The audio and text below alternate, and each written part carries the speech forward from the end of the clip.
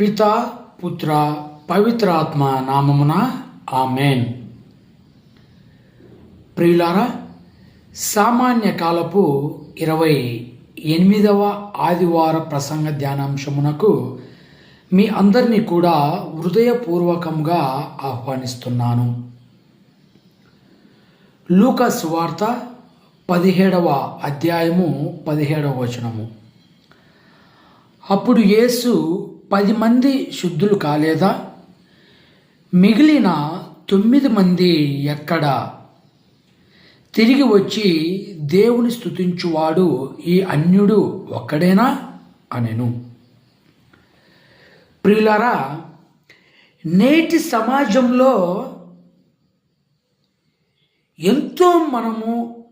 ఎంతో మంది చేత ఎంతగానో పొందుతూ ఉంటాము.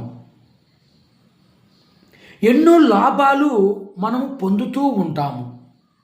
ఎంతో సహాయమును మనము పొందుతూ ఉంటాము. ఎంతోమంది తెలిసిన వారైతేనేమి, తెలియని వారైతేనేమి, బంధువులైతేనేమి, ఇతర ఎవరైనా సరే మన జీవిత ఈ యొక్క ప్రయాణంలో మనం పుట్టినప్పటి నుంచి ఈ రోజుటి వరకు కూడా ఎంతోమంది మనకు ఎన్నో రకాలుగా సహాయం చేస్తూ ఉంటూనే ఉన్నారు నేటికి కూడా. కానీ ఎంతో సహాయాన్ని పొందుకుంటూనే ఉన్నాము, ఎంతో సహాయాన్ని మనము ఆస్వాదిస్తూనే ఉన్నాము. ఎంతోమంది యొక్క దీవెనలైతేనేమి, ఆశీర్వాదాలతోనేమి, ఇతర ఏవైనా సరే అన్ని రకాలుగా మనం పొందినప్పటికీ కూడా కృతజ్ఞతను తెలుపలేకపోతున్నాము.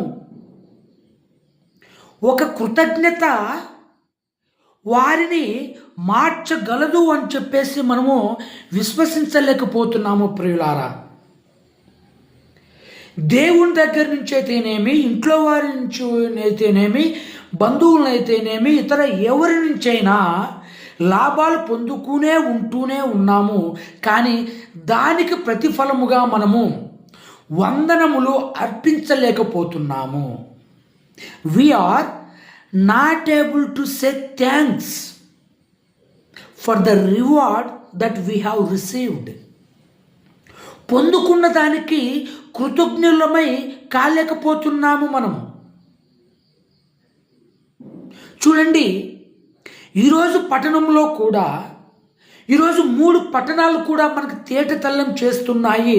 నీ కృతజ్ఞత భావం ఎక్కడా? పొందుకుంటున్నావే, స్వీకరిస్తున్నావే, అనుభవిస్తున్నావే, జీవిస్తున్నావే. జీవన కుటుంబంలో నీవు ఉంటున్నావే. పొందుకున్నవన్నిటి కూడా నువ్వు మర్చిపోయి ఉన్నావా? పొందుకున్న అన్నిటికీ కూడా నీవు ఏమాత్రం వందనం అర్పించకుండా జీవిస్తున్నావా అని చెప్పేసి ముక్కుసూటిగా మన అందరికీ కూడా తల్లి శ్రీ సభ తెలియజేస్తుంది. నీ కృతజ్ఞత భావం ఎక్కడా? నువ్వు ఏ విధంగా వందనాలు అర్పిస్తున్నావు? ఈరోజు నీవు నేను మన అందరం కూడా ప్రశ్న వేసుకోవాలి. నేను పొందుకున్న వాటికి కృతజ్ఞుడై ఉన్నానా, కృతజ్ఞరాలుడై ఉన్నానా లేదా అని చెప్పేసి. చూడండి, 10 మంది కుష్ఠులు అక్కడ స్వస్థతులైతే ఒక్కరు వచ్చి ఆయనకు కృతజ్ఞతలు తెలుపుతున్నారు. అంటే మిగతా 9 మంది ఎక్కడా? అందులో ఇక్కడికి తిరిగి వచ్చినటువంటి వారు ఎవరు? ఒక సమరయుడు, అన్యుడు, యూదా మతానికి సంబంధించిన వాడు కాదు. ఒకవేళ ఆ 9 మంది వారందరూ కూడా యూదులై ఉండొచ్చు. చూడండి, ధర్మశాస్త్రం తెలిసినటువంటి వారు బానిసత్వ జీవితంలో నుంచి విడుదలను పొంది కానాను దేశంలోకి వచ్చి జీవిస్తున్నటువంటి ఆ జీవితాన్ని అనుభవించినటువంటి వారు సజీవమైనటువంటి దేవాతి దేవుని ఆశీర్వాదాలు మర్చిపోయి వారు కృతజ్ఞత చూపించకుండా వారి బలహీనతలో ఉన్నప్పుడు, ఆ కుష్ఠంలో ఉన్నప్పుడు, ఆ జీవనంలో ఉన్నప్పుడు అవమానాలను మర్చిపోయి, బాధలను మర్చిపోయి, నరక వేదనను మర్చిపోయి, మిగతా అన్నిటిని కూడా మర్చిపోయి ఒక్కసారిగా స్వస్థత పొందిన తర్వాత వారు పారిపోతున్నారు కృతజ్ఞులై కాకుండా. మరి ఈరోజు నీవు, నేను, మనము ఏ విధంగా ఉంటున్నాము? కృతజ్ఞత లేనటువంటి 9 మంది వలె ఉంటున్నామా? కృతజ్ఞత కలిగినటువంటి ఒకని వలె మనందరం కూడా జీవిస్తున్నామా? మన అందరం కూడా ఆత్మ పరిశీలన గావించుకోవాలి ప్రియులారా.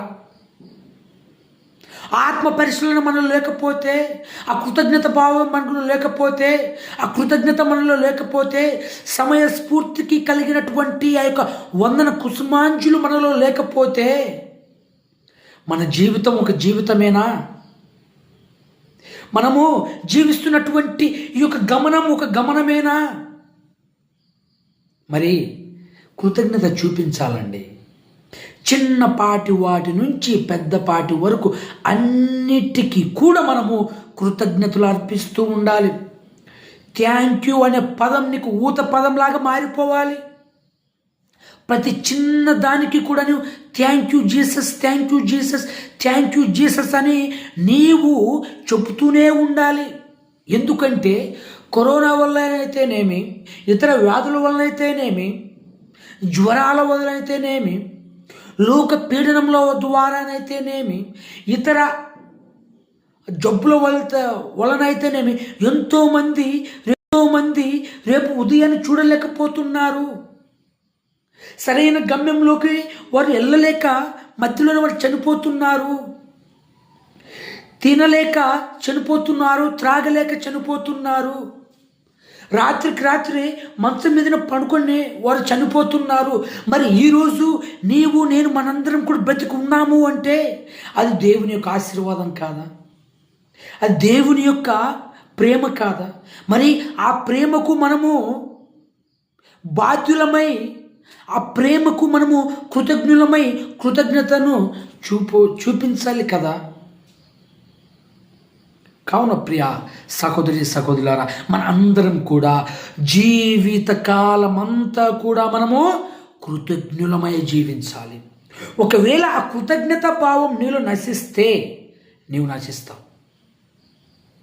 నీవు థ్యాంక్ యూ అనే పదాన్ని మర్చిపోతే నీకు నాశనపు రోజులు దగ్గరవుతున్నాయని అర్థం. మన జీవితకాలం మొత్తం కూడా మనము దేవునికి కృతజ్ఞులమై జీవించాలి. ఎప్పుడైతే మనము కృతజ్ఞులమై జీవిస్తామో అప్పుడే మన జీవితాలు కూడా ఇంకా ఆశీర్వదింపబడతాయి, మిక్కిలిగా ఆశీర్వదింపబడాయి. అందుకే 2వ రాజుల గ్రంథము 5వ అధ్యాయం 14 నుంచి 17 వరకు చదువుకుంటే, నామాను ఆయన పొందినటువంటి ఆ యొక్క భాగ్యానికి, స్వస్థతకు, ఆరోగ్యానికి ఆయన కృతజ్ఞుడై కృతజ్ఞత భావాన్ని కనపరుస్తున్నాడు. ఆయన మొదటి పట్టణంలో ఆ కృతజ్ఞత భావం మనలో ఉండాలి. అది అంతరంగకంగా అది రావాలి, హృదయపూర్వకంగా రావాలి, హృదయ కోవెలలో నుంచి రావాలి. దేవునికి వందనాలు అర్పించటానికి, దేవునికి వందన అర్పిస్తూనే ఉండాలి మనము. అందుకే నామాను తెలుపుతున్నాడు మనందరికీ కూడా. పొందుకున్న ప్రతి ఒక్క ఆశీర్వాదానికి, ప్రేమకు నీవు కృతజ్ఞతను తెలియపరచాలి, కృతజ్ఞుడవై జీవించాలి.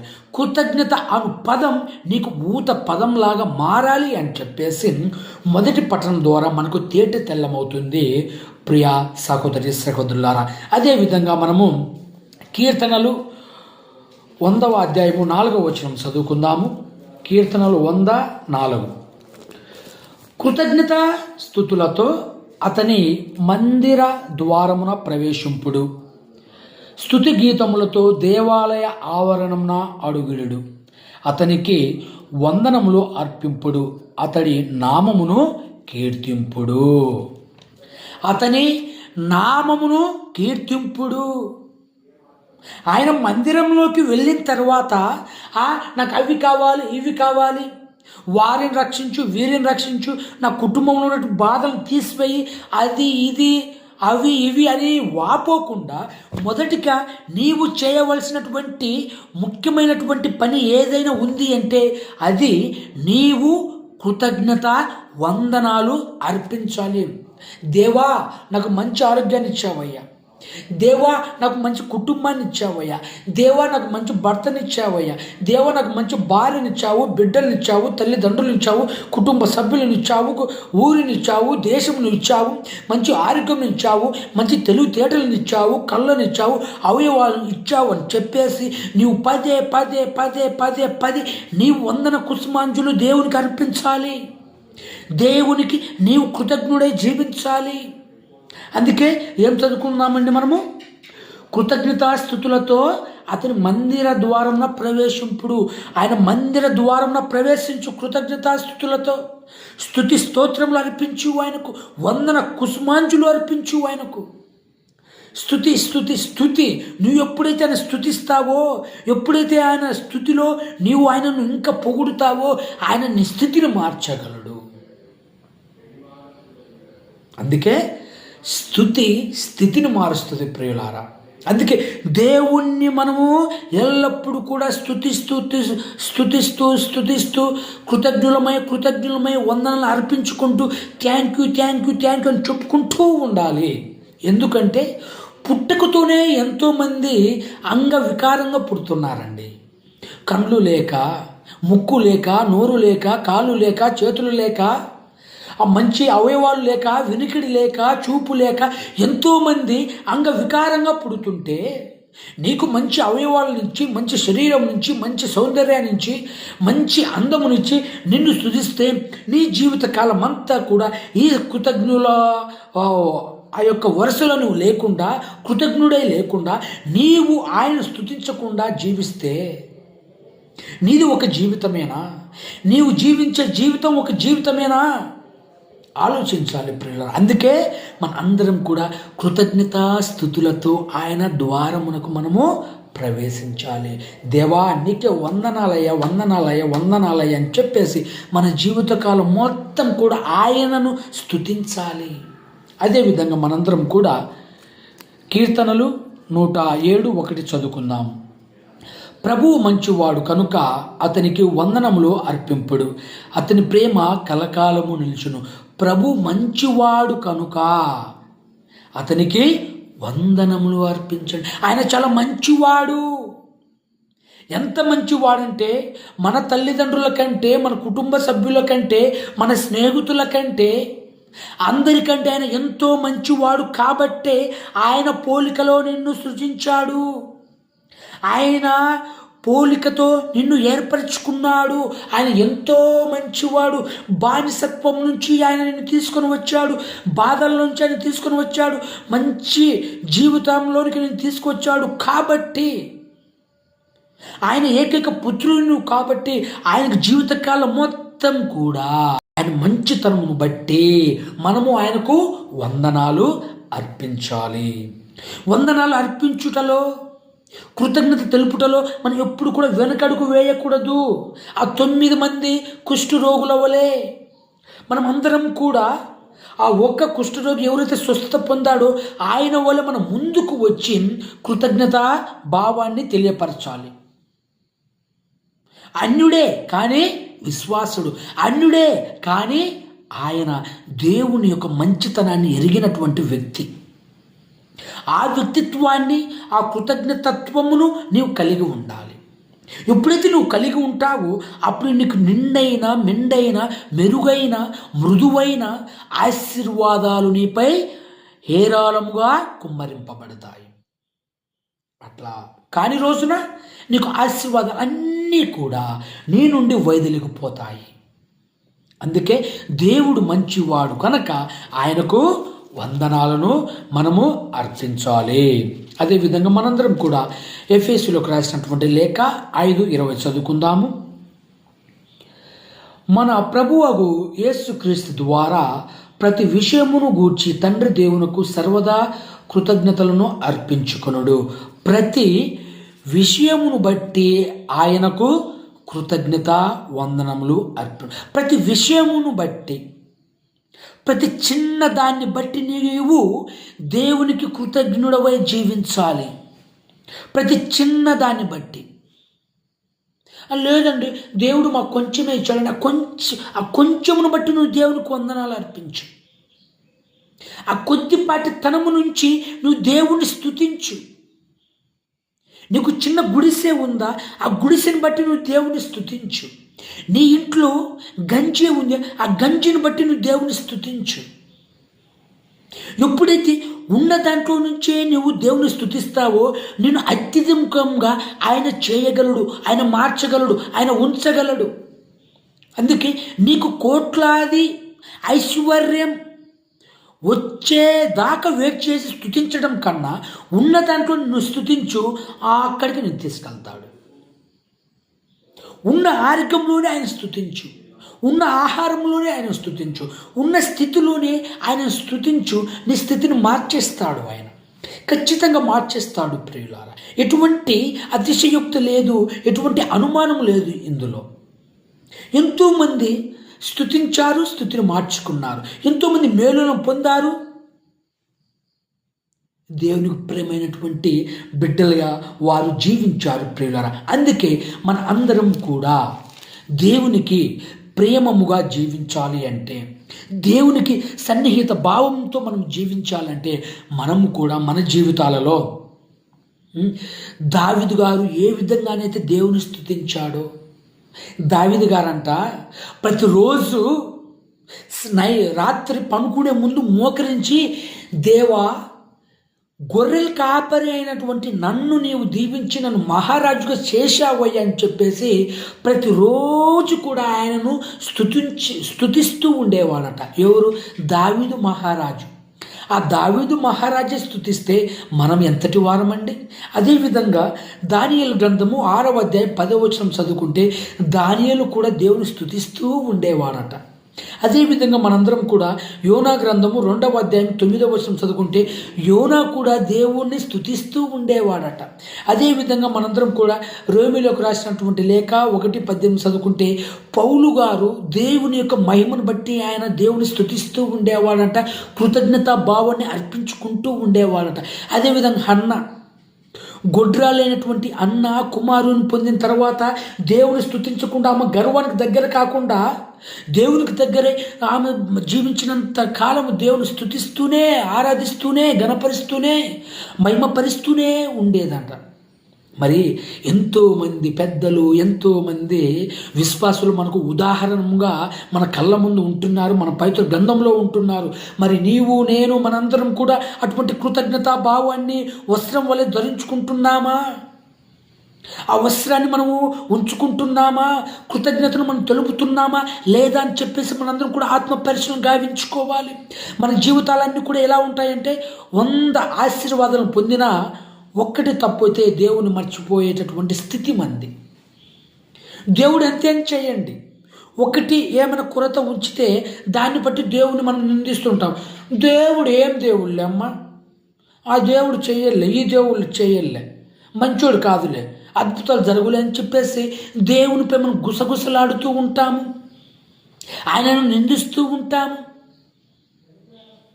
కావున ప్రియ సహోదరి, ప్రియ సహోదరుడా, చూడండి భక్తులు ఏ విధంగా దేవుని స్తుతించారో, ఏ విధంగా స్తుతిస్తున్నారో, ఎటువంటి జీవితాన్ని వాళ్ళు జీవించారో.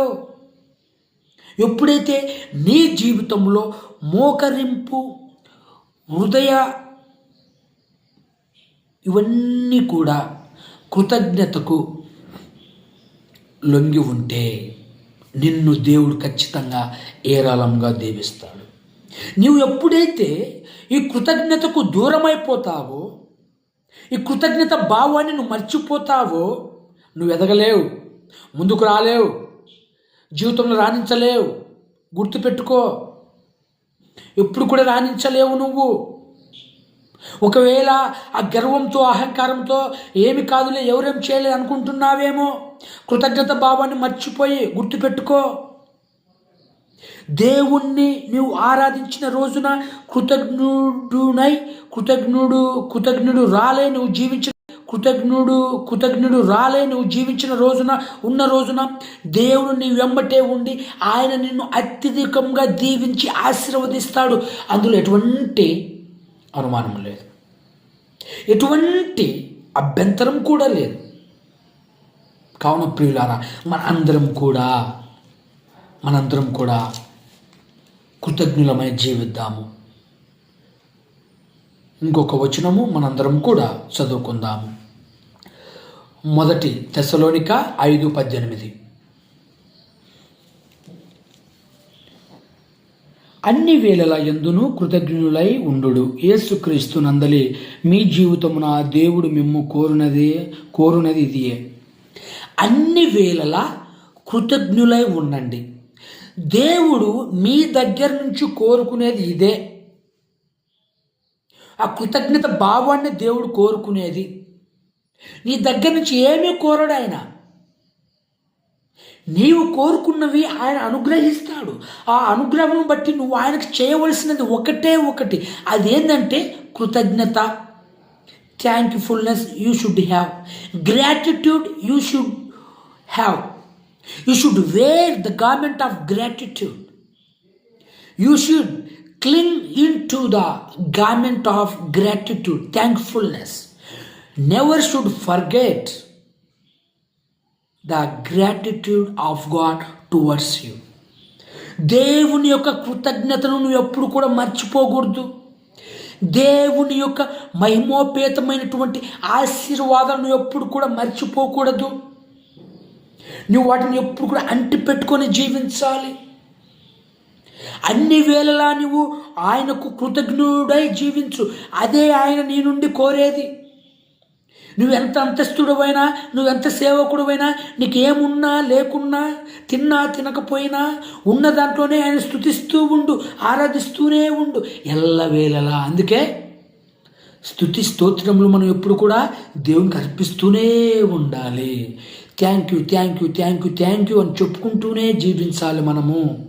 ఎప్పుడైతే మనము ఈ కృతజ్ఞత భావాన్ని మనము మర్చిపోతామో ఆశీర్వాదాలను కూడా మనము ఎక్కువ పుచ్చుకోలేము ప్రియులారా. అందుకే ఎల్లవేళలా దేవుని స్తుతించు, ఎల్లవేళ దేవుని ఆరాధించు, ఎల్లవేళలా దేవుని యొక్క నామమును నీవు ఘనపరచు. అప్పుడే దేవుని యొక్క ప్రేమలో, నీడలో, ఆ యొక్క వెలుగులో నీవు జీవించగలవు, నీవు రాణించగలవు, నీవు దీవింపబడగలవు, నీవు ఇంకా హెచ్చింపబడగలవు, నీవు ఇంకా ప్రేమింపబడగలవు, నీవు ఇంకా ఆశీర్వదింపబడగలవు, నీవు ఇంకా ఎంతోమందిచే పొగడబడగలవు. కావున ప్రియులారా, ఈ 28వ ఆదివార ప్రసంగ ధ్యానాంశం మనందరికీ కూడా తెలియచేస్తుంది.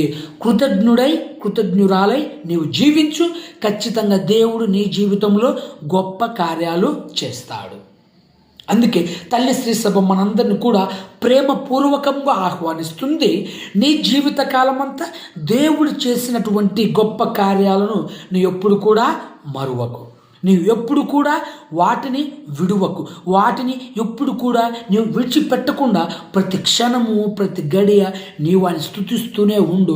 ఖచ్చితంగా దేవుడు నీ జీవితంలో గొప్ప కార్యాలు తప్పక చేస్తాడు. కావున ఈ ఆదివారం రోజున, దేవా, ఇన్ని రోజులు నేను మర్చిపోయి మూర్ఖత్వంలో జీవిస్తూ నీ యొక్క మేలులను నేను మర్చిపోయాను తండ్రి.